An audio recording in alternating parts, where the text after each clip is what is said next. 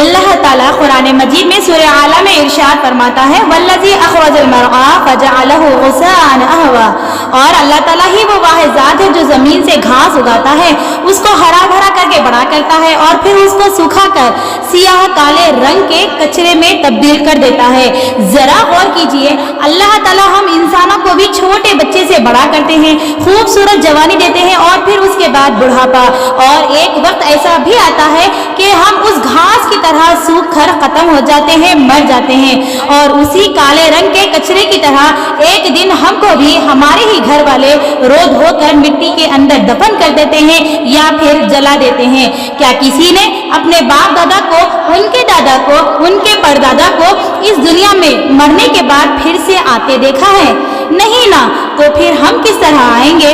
تو کیا کوئی ہے عقل والا؟ تو کیا کوئی ہے اللہ تعالیٰ کو ماننے والا؟ کیا کوئی ہے سوچنے والا؟